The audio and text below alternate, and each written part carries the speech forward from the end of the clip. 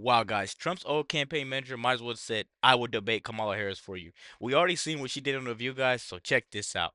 Like with your deep reservoir of knowledge when it goes to campaigns, who do you think's getting the better of this right now? You got a big push for Harris, a lot of enthusiasm and energy. They got the media behind them, although the media is not pushing them on the questions. And you've got Trump sort of adjusting in all this. How do you see it, Kellyanne? The person who's having the best week is J.D. Vance. I think he's really hitting his stride as the number two. The role of number two is to reflect the policy prescriptions of the ticket and to really push back a little bit as the attack dog on the other side. What Vance did yesterday was brilliant, just spontaneously crossing the tarmac, crisscrossing over, and forcing the press to cover him, Bill, because he was there with the press, and did two things. Was clever and funny by saying, this will be my plane, I wanted to check it out, and then quickly pivoting to what's on. And guys, I already was like warming up to say that. When JD Vance saw that plan, he said, "Yeah, that's gonna be my plan." I honestly felt I don't know where the camera is. I honestly felt it when he said that. Like that was so strong. And then I want to touch on this a little bit before we put a video out. But Trump, whenever he gets in like a conference, people get to ask him random questions. He has an answer for everything. He doesn't just dodge it and keep repeating himself. Kamala Harris, on the other hand, whenever she gets in those like real tough areas and real tough questions, she tries to avoid it. You know what I mean? Like she tries to like not. I believe she's trying to like hide something. Like that kind of person. I feel like she's trying to hide like the intelligence that she has, and maybe she might say the wrong thing, and people might not agree with her. That's what I honestly think. I want to know what you guys think. Don't forget to like the video, y'all. Like the video. Let's keep going. Everybody's mind. The fact that Harris won't take a single question. And why it's important for her to answer questions is she's lying from the podium. She's saying things like, I'm going to bring down prices on gas and groceries on day one. How about doing it on day 1,050? You've been there for 3.5 years. She's lying about Iran, and she's, I think, gaslighting the country from the comfort of a teleprompter and a podium. Very smart for Trump to have a press conference today. And I'm going to go one step further. When we were campaigning in 2016, we had very few resources, understaffed, under-resourced, underdog, underestimated. What did we do? We did what I think Trump and Vance will continue to do, and Harris doesn't seem to be interested in doing it all. Before you go out to the rally, before you go out to the people, backstage, you're providing 3 interviews, one to local print press, one to local radio, one to local TV. So if you're in Harrisburg, you're in Eau Claire, you're in Macomb County, Michigan, while the press is waiting for you to come out and just talk and not take their questions from the podium, from the teleprompter, you're actually giving an interview that lasts all week long. And most of those local reporters will report. They won't give their opinions. They'll just say Trump to Harris. Guys, she's honestly just running from the podium at this point. She knows what happens if she goes out there. She'll just be put on blast for the truth. That they're probably gonna ask her about what Tulsi Gabbard said. You go check that video out that I posted. Go check what Tulsi Gabbard did to her and brought up by her past, man. She's running from that. She's running from the podium. Harrisburg, I hear you, or Trump to Eau Claire, the forgotten man no more. That's a really smart feature of campaigns. And I would say this to the mainstream media. Kamala Harris is ignoring you because she thinks she already has you. For the same reason she doesn't go and spend a dime chasing people who vote 100% of the time and 100% of the time for Democrats, she thinks the mainstream media is already in her thrall and her corner. And those of you that are voting blue, no matter who, I love that phrase. Those of you that voting blue, no matter who, you have to wake up. The way that she thinks of you is insane. She thinks that she doesn't have to answer questions. She thinks she could just bring some rappers out there and twerk, and yeah, she has your vote. The country's gonna be lit. We're gonna have so much fun, man. The people that are voting blue, I'm ashamed of you. I'm gonna start saying that. People that are voting blue, I'm ashamed of you. Cause like, come on, man. The truth is right in front of your face. Who who's answering questions? The biggest black streamer just turned down meeting up with Kamala. Like, come on, man. No one wants to push your fakeness. They should challenge that by not covering her rallies. Don't set up your camera next time. If she's not going to answer your questions, don't give her the service of covering her rallies. Kelly, I want to play a little bit more of what the GOP VP contender J.D. Vance had to say yesterday and get your reaction to some of this. This is a person who's been the presumptive Democrat nominee for 16 days. She hasn't taken a single real question from a reporter. And I think it's shameful for Kamala Harris, but increasingly for the media, that she's taking a basement strategy of running from reporters. President Trump and I take hostile questions, we take non-hostile questions, we get out there and talk to people because we respect the American people enough to want to persuade them and not to try to run from them. Kellyanne, that was Tuesday. He talked about the basement strategy, but we know that worked for President Biden in 2020. And if the media is already kind of in the can in most aspects for them, I mean, why not run a basement strategy? Yeah, this is my concern, Shannon, that Kamala Harris will have a Biden in the basement strategy, but right before our eyes, up on the stage, up on the dais, in front of us, but never have to take a single question. Look, I think the media did J.D. Vance a big service by putting on his shoulders immediately all the negatives. So he's gone through all those, he's survived and thrived, and now we are hearing about Tim Walz.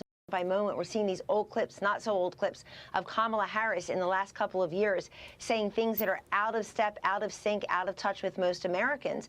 I think you're seeing with Tim Walz and J.D. Vance just this week, as we're getting to know both of them better, that debate, that VP debate's going to be like Fraser Crane versus Norm Peterson in Cheers. Walz is not playing number 2 very well. He was overshadowing his number 1 almost immediately, had her in the background when they were in Philadelphia the other night. So I am concerned that she's going to do this, but you don't have the excuse of a global pandemic. You don't have an excuse of fear for your own safety and well-being so that you can't face the press. I'm going to say it again. If she's going to go up to the stage in front of thousands of people, she is duty-bound to answer questions from a handful of press corps, and she ought to debate. She ought to agree to the Fox News debate. What is she so afraid of? You get the best ratings here of all. She should absolutely take her case to the people. I love debates. They are a great feature of democracy. It allows all of us to see these folks shoulder to shoulder. Kellyanne, I do agree with you. I think the story of the week is the introduction of Tim Walz, and we'll see how that goes. And a lot of veterans are coming back out against him. Quick, what do you guys think about Tim Walz, honestly? Because I can't find nothing on the internet about him other than this, and he didn't stand up for the he didn't stand up and do anything about those riots. But let's keep going. I honestly want to know what you guys think about that. Let me know. Yes. This was a Stolen story. valor. This was a story in Minnesota. It just wasn't a story nationally. And you think about the process. It went so fast, and you wonder if the vetting could have been or was as thorough as it would be in a normal election year. With regard to J.D. Vance, I think he's a different guy over the past 48 hours. Now let's talk about the top of the ticket. Here's Donald Trump. Kamala refuses to do interviews because her team realizes she's unable to answer questions, much like Biden was not able to answer questions, but for different reasons. He is just plain shot, and she is just plain incompetent. What does he need to do this afternoon with all the media, the focus back on him at What's the best oil to cook with? Number 3, canola oil, if you can find. Mar-a-Lago. So this election is still Donald Trump's to lose. The underlying fundamentals and the Electoral College map favors him. These national polls will favor her. Democrats usually win the popular vote. So be it. She can run up the totals in California, New York, and other places. If President Trump beats Kamala Harris on policy, if he reminds people of the 4 years when he was there and just contrasts that to what we have now, on the border, on crime, on wars and engagements abroad, certainly on the economy and inflation, these are still the sweet spots.